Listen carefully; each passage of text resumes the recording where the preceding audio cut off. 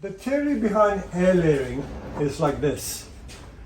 In airlayering, we're going to remove an amount of bark around the trunk of the tree or the branch of the tree to interrupt the flow of sap. And by interrupting the flow of sap, the tree will try and fight to survive. And we fool the tree by putting moss or a rooting medium. I know that in tropical countries where you get a lot of rain and moisture, humid air, they just use ordinary wet mud or clay.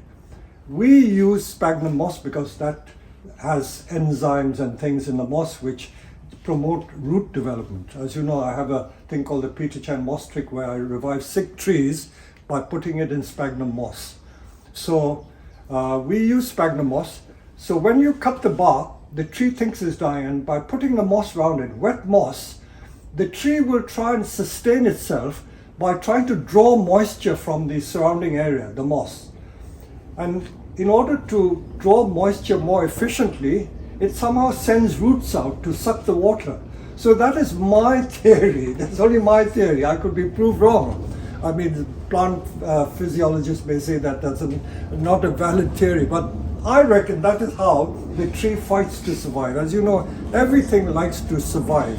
So that is what happens when you do airlayering. The other method of doing airlayering, apart from cutting the bark, is the tourniquet method. That is another very popular method where you use a piece of wire and twist it around the trunk and strangle the tree literally, you know, to stop the sap flowing through. That is also valid. But I found from experimenting, as you know, I've been doing bonsai nearly 50 years now, and I've tried all different methods, but the most effective method is the bark removal. Strangling it will work, but it's slow. Okay, to show you how effective air layering is, just in here, this is our propagation house. These air layerings were all done last year. Come and have a look. This is a very rare plant called Antarctic beech, Northophagus antarctica. Such a big branch. You can see the moss from the root ball is still here. So this rooted literally in 6 weeks, and then we put it in a big pot of moss. See, all the moss is around there. And then when that pot had been filled, I then put it into soil. So this I know was done in May of last year. So it's only 12 months old. And look at the roots already now. A whole tree in less than 1 year. This was another one done last year. This is a English elm. Look at the moss. The root ball is still there. No cheating, you see. Look at it. It's all the moss there. And this is already in a bonsai pot. You notice I choose branches that look like bonsai already. So it really is easy. Now this one, again I kept the label. This is quite normal. I make air layerings thicker than this.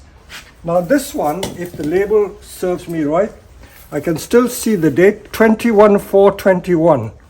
This was done on the 21st of April of last year.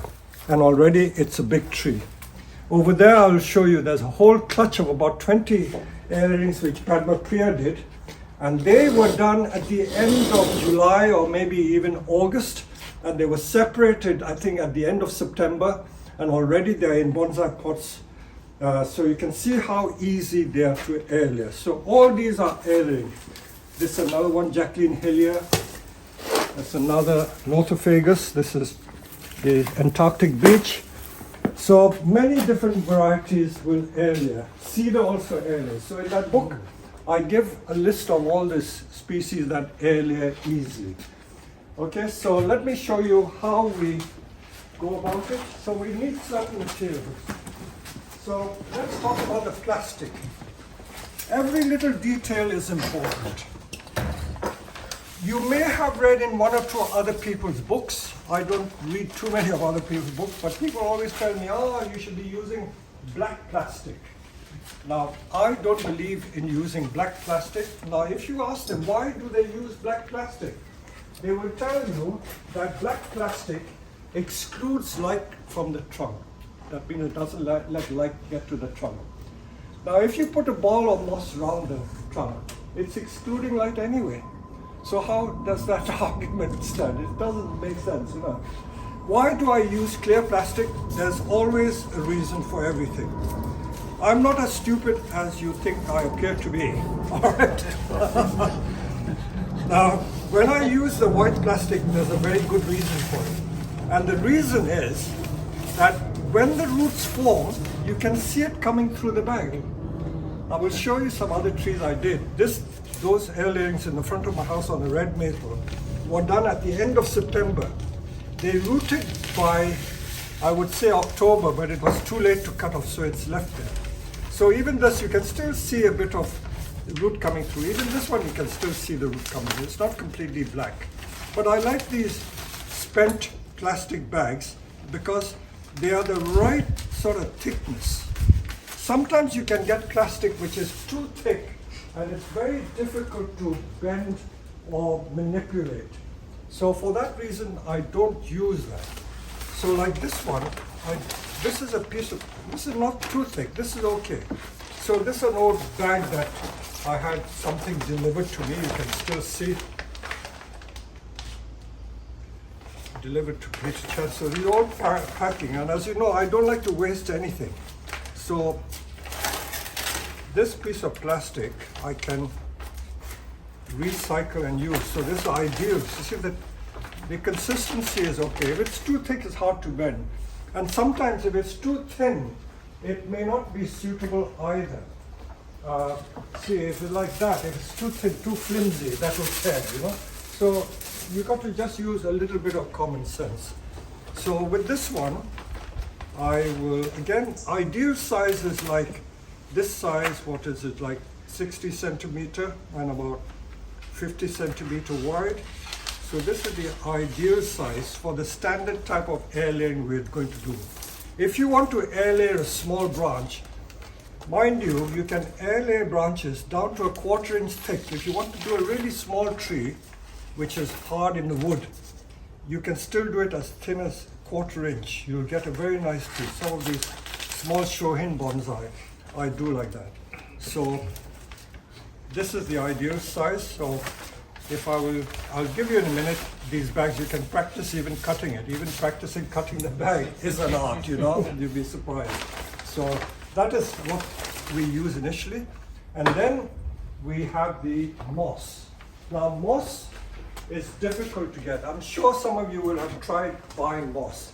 Is it easy to buy? No, it's very hard to get moss. Very few garden centers sell moss, and it's normally sometimes sold in nurseries where they sell it for making hanging baskets. This bag of moss will cost you at least £15 to buy. And the moss that I get still comes from New Zealand, although you can get moss from Wales, I believe, North Wales, but this is the actual Sphagnum Moss.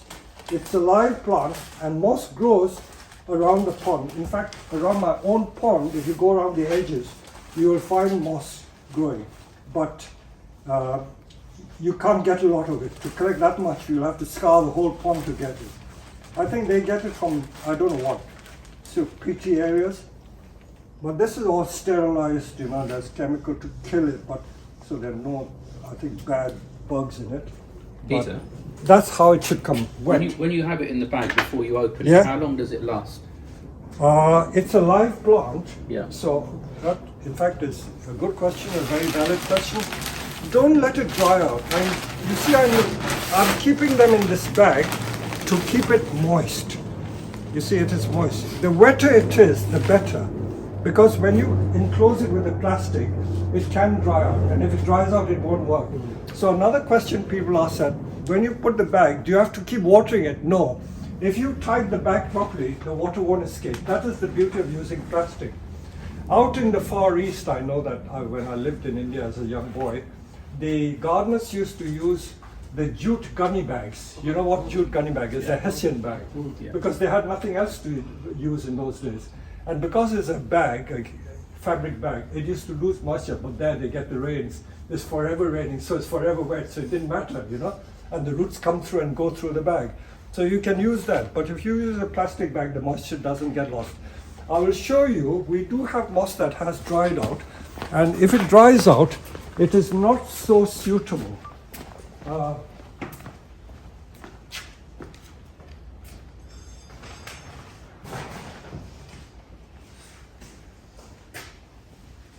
Now, this is a bag that has dried out. But because it's a plant, once you start putting water, it will grow again. So if you feel it, it's very dry, you know. So that's no good. Don't use moss which is dry like this. That won't work. It has to be wet. Because it's a living plant. Don't forget, the tree is trying to suck moisture from the surrounding. So if it is dry, it can't get the moisture. So even this I will have to put more water with a watering can to get it more wet. But this is the ideal consistency. It is really wet. So before we go out, we're going to water this again to get it really wet. So the moss has to be damp like this. It doesn't matter if it is really soaking wet even. These I soaked last night, but I think I may have to put a little more water in there. So I don't want to make the mistake of having it too dry. So remind me, before we go out, we're going to wet that again. And then when we make the bag, we tie it with wire. And then these are the cutting tools we use. Perhaps if I do one demonstration. Did you bring that tree in for air layering? That's it, yeah. All right. Okay. Apart from air layering from ordinary trees, Brian has brought this maple. You feel it's too tall? Do you? I like from there to there To make a new tree. to make a new tree, and then hopefully That will shoot from I'll there. put a new branch in there Okay. to try and give me a bit of a leader. Yeah. So being there and there, I'm hoping Yeah. to get a new tree, Okay. and then hopefully that will just Okay, spring so out. let's demonstrate on this one. So sometimes you have trees which are too tall, like there are some big bonsai there, you'll see air layerings on there. They're customers' trees. Again, they felt it's too big, so I'm air layering those trees. So now, let me bring my tools and show you how I go about this. There are lots of little tricks. By the way, if you want to video anything, feel free to video as well. I won't be annoyed or anything. You're welcome to video as much as you like. Okay, so how do you determine how much to remove? Now, Brian, you made a mark there, and I wouldn't go as much as that. Where's the marker pen? I don't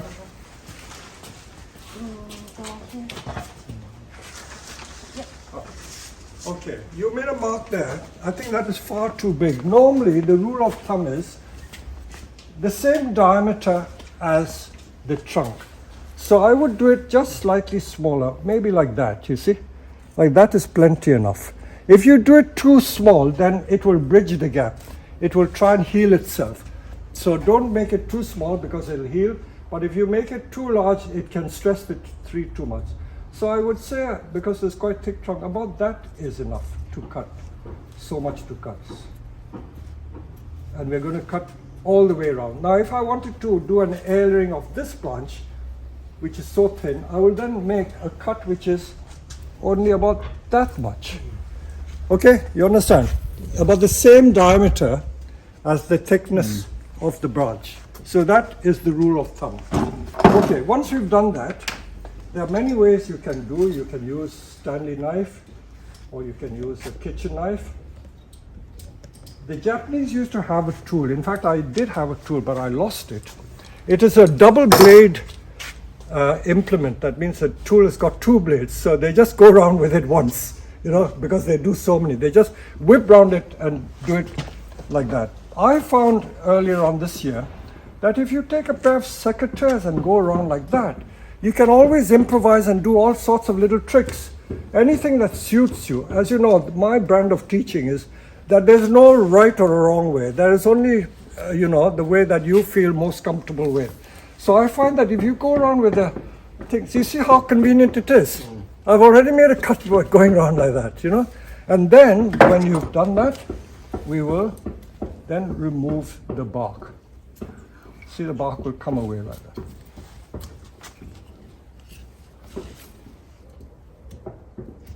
See how nicely it peels? If you've done it correctly, it just peels away like a banana almost. This is where people go wrong. Let me show you. Now, this very thin, transparent layer for want of a better way of explaining, you see, it's almost like an invisible layer, but there is a layer, and that is called the cambium. Do not be tempted to go into the wood. Some people go so enthusiastically that they cut into the wood. If you cut into the wood, it will not work. You can kill the tree.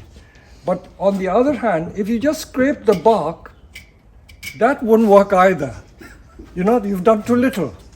You see, there's always an ideal way. So that won't work. So if you've done it right, it just peels away smoothly like that. And that is the correct way to do it. So you saw what I did with the secateurs. Just go around with it, and that blade will make that round cut. And then that bark will come away.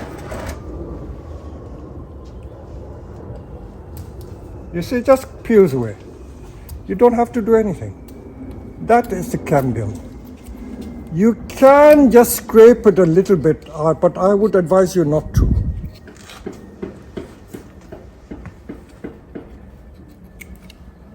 And the other method, which is strangling the tree with a piece of wire, that's simple. Let me show you that as well. Let me bring you a piece of wire. Usually people prefer to use copper wire because that is stronger. If you use aluminum wire, that may break. You know, if you pull it too tight, it can break. So the tourniquet, we call it a tourniquet. You know what a tourniquet is. So tourniquet method is simply this. You either take it around once or twice. So literally strangling the tree like that, and twist it really tight. You just twist it tight, then that will stop the sap going right through. Some sap will go through, but it will restrict, I would say, almost 90% of the sap going through. So that is the perfect cut. Now what about using the hormone rooting powder or hormone rooting liquid? This is a very powerful, strong, commercial hormone rooting powder. Now the powder and liquid is the same. There is a thing called the active ingredient. Active ingredient means there is chemical in it. And the chemical used in hormone rooting powder is called indolyl butyric acid, IBA. And to transmit that, you can either put it in talcum powder or put it in liquid. So IBA is the active ingredient. Now where to put it? This is where people also can go wrong or misunderstand. Can I ask anyone where they would put it? On the wound. On the wound, no. Above the wound. Above the wound. Well, you made that Yeah. cut. There are very people, many people think you put it here. Yeah. Not so. I'll tell you why. Because this is not where the roots are coming from. The roots are going to come from above there. You know, so it's no good putting here because the roots won't come from here. So you have to put it above here. Now, I usually make it wet. So if I put a little water and then I will paint it like a paste and then put it above there. So let me complete the process. Just get a watering can and put a little So many bit. videos, right? Yeah. You did the So same. many videos, yeah. They always tell you to put it in Put it the... on the wound. Extends the reason. So already I hope I've explained a lot of things which most people get a bit wrong.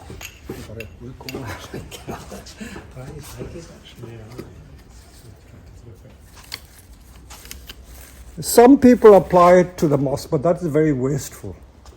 That's very wasteful. Peter, where does the root actually come from then? At the top. It comes Because from we're that gonna green cut- bit, Yeah, this bit. this bit. Yeah, not from below. So this is the part that's trying to survive. So it comes from the top there, and then you cut it over here. So that is the amount you put there. Could you gently sandpaper the bark? Who knew? You can, or you can score it. You can do things like that. Those of you who grow fruit trees, apple trees, you know this is a little trick. If you tap the bark, it forms new buds, and you get new lateral shoots. So, lots of little tricks you can learn from me. Okay, so that helps. No need to, but it helps. Okay, now the critical thing is putting the ball of moss. How big a ball of moss do we need?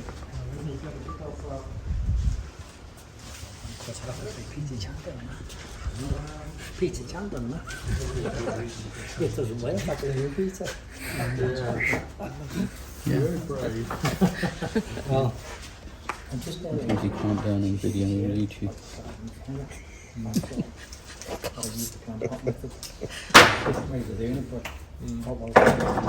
Maybe it'll work now.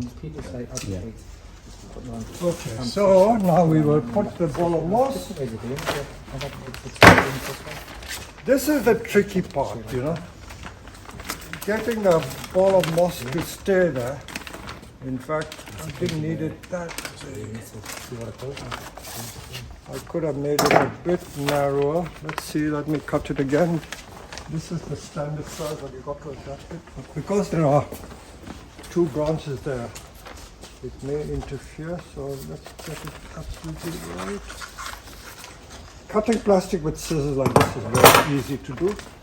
So we are now going to make a funnel or a bag to hold the moss. So how you do it doesn't really matter. You can wrap it around once or twice or whatever. Some people even put little flower pots which they cut down the middle and put the flower pot, but then that only works if you live in a very wet or rainy climate, because that will get dry. So you got to keep this moss wet.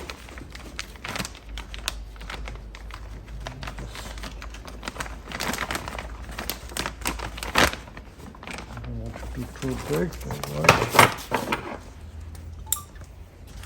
just modify it more.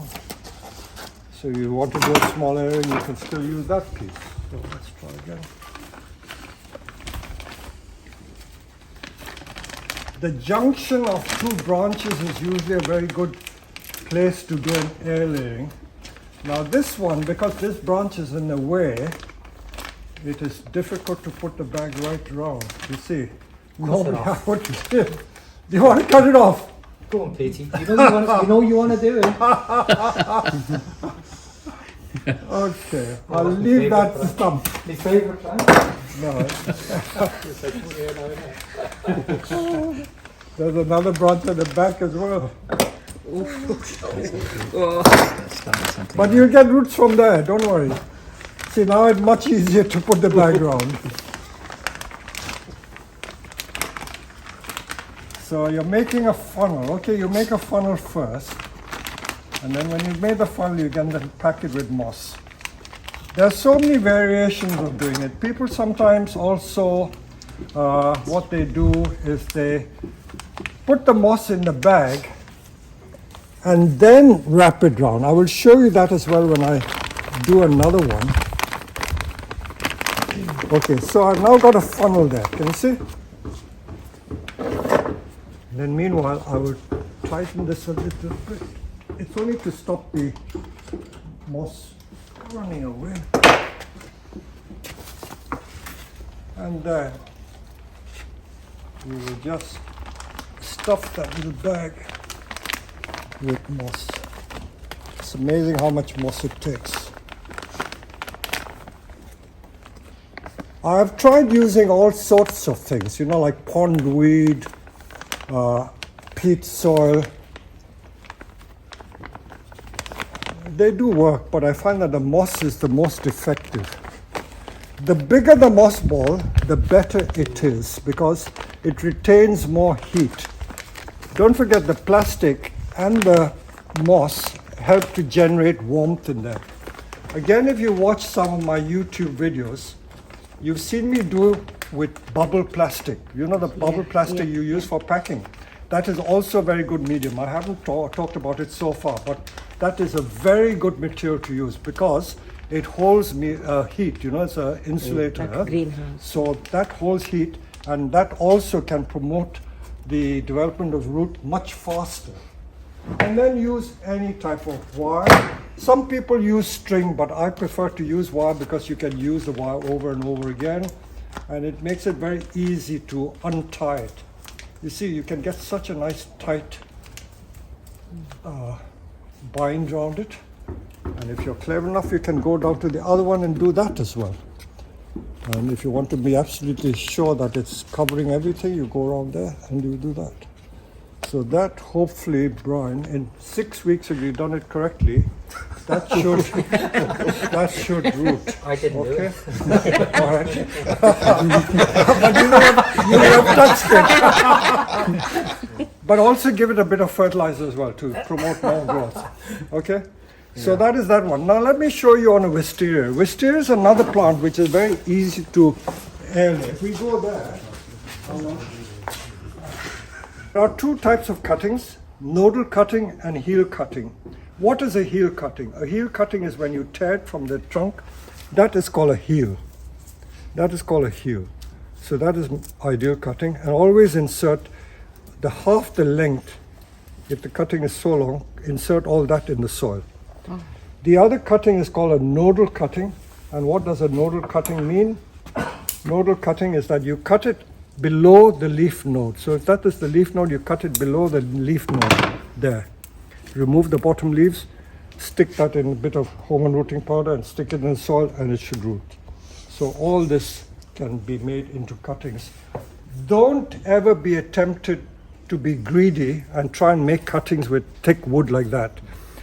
I'm not saying it won't root. It will root if you use very, very strong hormone rooting liquid or powder, but it takes longer. The younger it is, see, this lot of toothpick size is the ideal thickness for a cutting, all right? Same with junipers. There are certain varieties like willow, you stick it in water and it roots, so you can make big cuttings with that. Okay, let me do the wisteria now. Let's go there and show you what to do. Wisteras are usually white or blue, but this is pink, almost red in color. So rather than let it go straggly like this, I will cut it back somewhere here. I will do all these. I will do all the three, but for demonstration, I'll just do one. And I think this is about the right length. Let it grow again. So again, I'm very fond of using the secateurs this way because I can go right round. So again, the thickness of the branch like that. And this is the width, ideal width that you need to do. Also, if you have the secateurs, rather than use the knife, you can simply use the blade to do this, to remove the bark, you see? This is quite an old wood, so you can use this. So you can improvise doing all sorts of different tricks to it. Now see, the wood is so different from the maple, isn't it? It's being a much older tree. The bark, variation of the air layering method, where I leave the bark like this, you can do that. And the reason for doing that is that when it roots, these become the surface roots. You understand? It becomes what you call the nebari. The roots will spread out like that. So you can try that method as well. That's where you want more surface roots to form. So leaving a bit like this can also work. But make sure it doesn't fall back on the branch, otherwise it'll heel over and not be successful. So I still have to go into the cambium, not into the wood. Also, if you have chance to look at that book, we sometimes leave a bit of wood called a sliver. Now the reason for doing that is that if you leave a bit of sliver of wood, it will still be able to send moisture from this part to that part using that little bridge. And it won't be so severe on the tree, because if you remove the bark completely, this can sometimes die if it doesn't get enough moisture. So leaving a sliver of wood is also a good idea. But as I say, with the easy varieties, maple and hornbeam, I find that there's no need to do it. But if you're unsure of your species, then that's what you have to do. Okay? And then over here again, I will score the bark a little bit.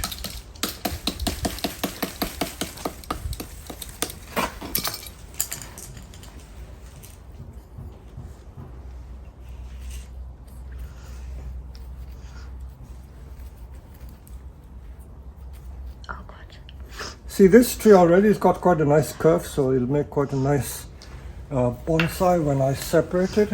I'll have to just show the method I was telling you about. Rather than make like a cup or a container, I'm going to do this method.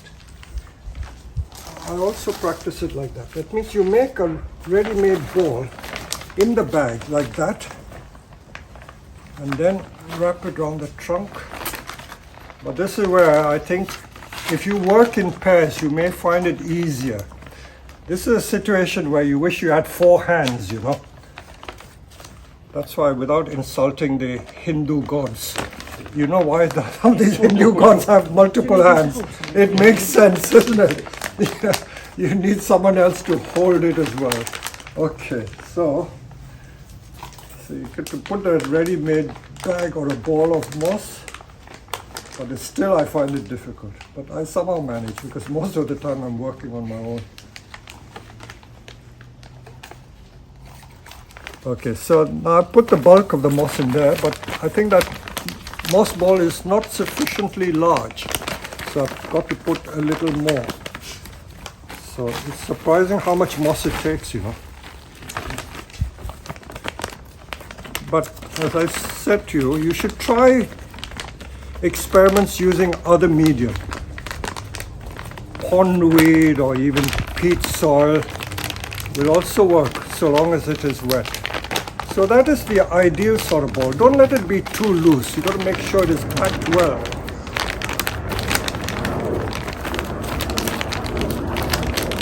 So that is neat, isn't it? Like so. And then, okay, I haven't cut that wire. I can go around there. Around there.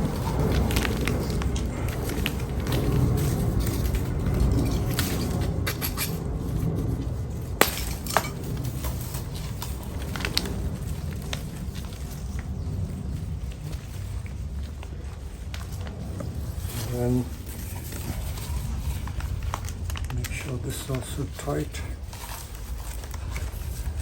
Very important to keep it airtight because you don't want moisture escaping. And the moss has to be wet to begin with.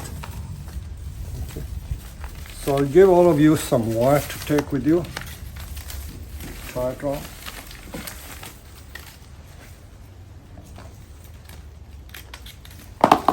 So that is what we call the ideal airlayering.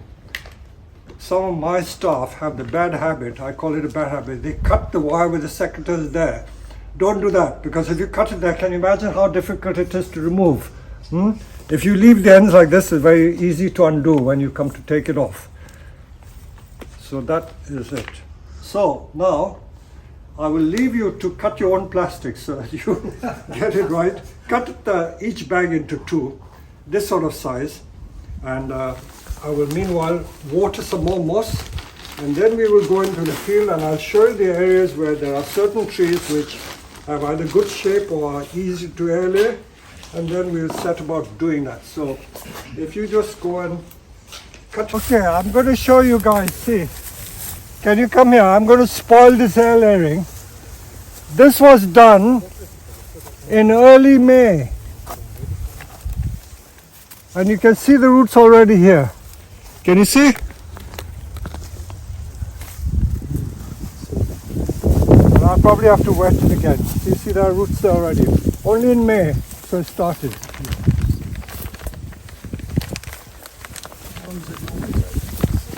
If you do it properly, it takes 6 weeks. 6 weeks is the quickest.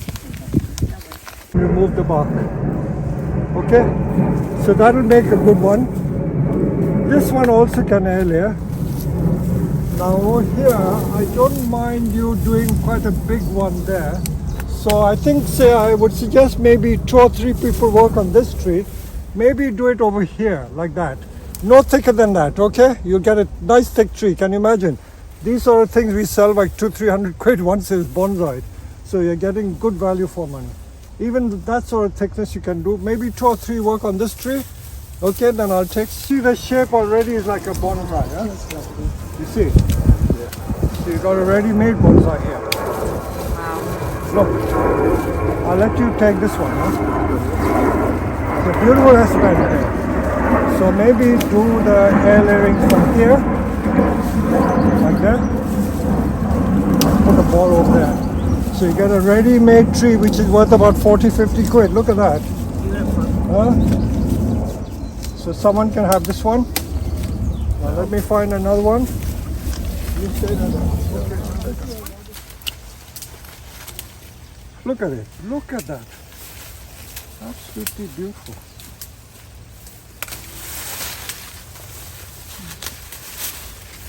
Can you see the shape of this one? See from this side. Can you see who's going to have this one? Put your hand up. I think it should be for a small person, that one. I'll have that. Look at it. They're pouncing down. Can you see the trunk here? Can you see the trunk here? Yeah. It's got a nice bend in it, isn't it? Yeah. Yeah. So you make it here. Put the bag here. Where the fork is here. Maybe around here.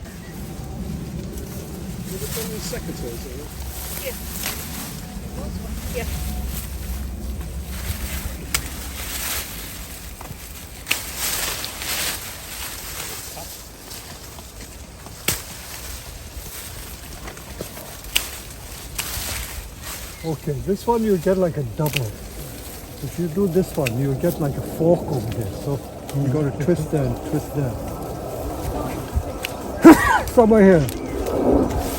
Okay. You can do a couple. I'll let you do 3 altogether.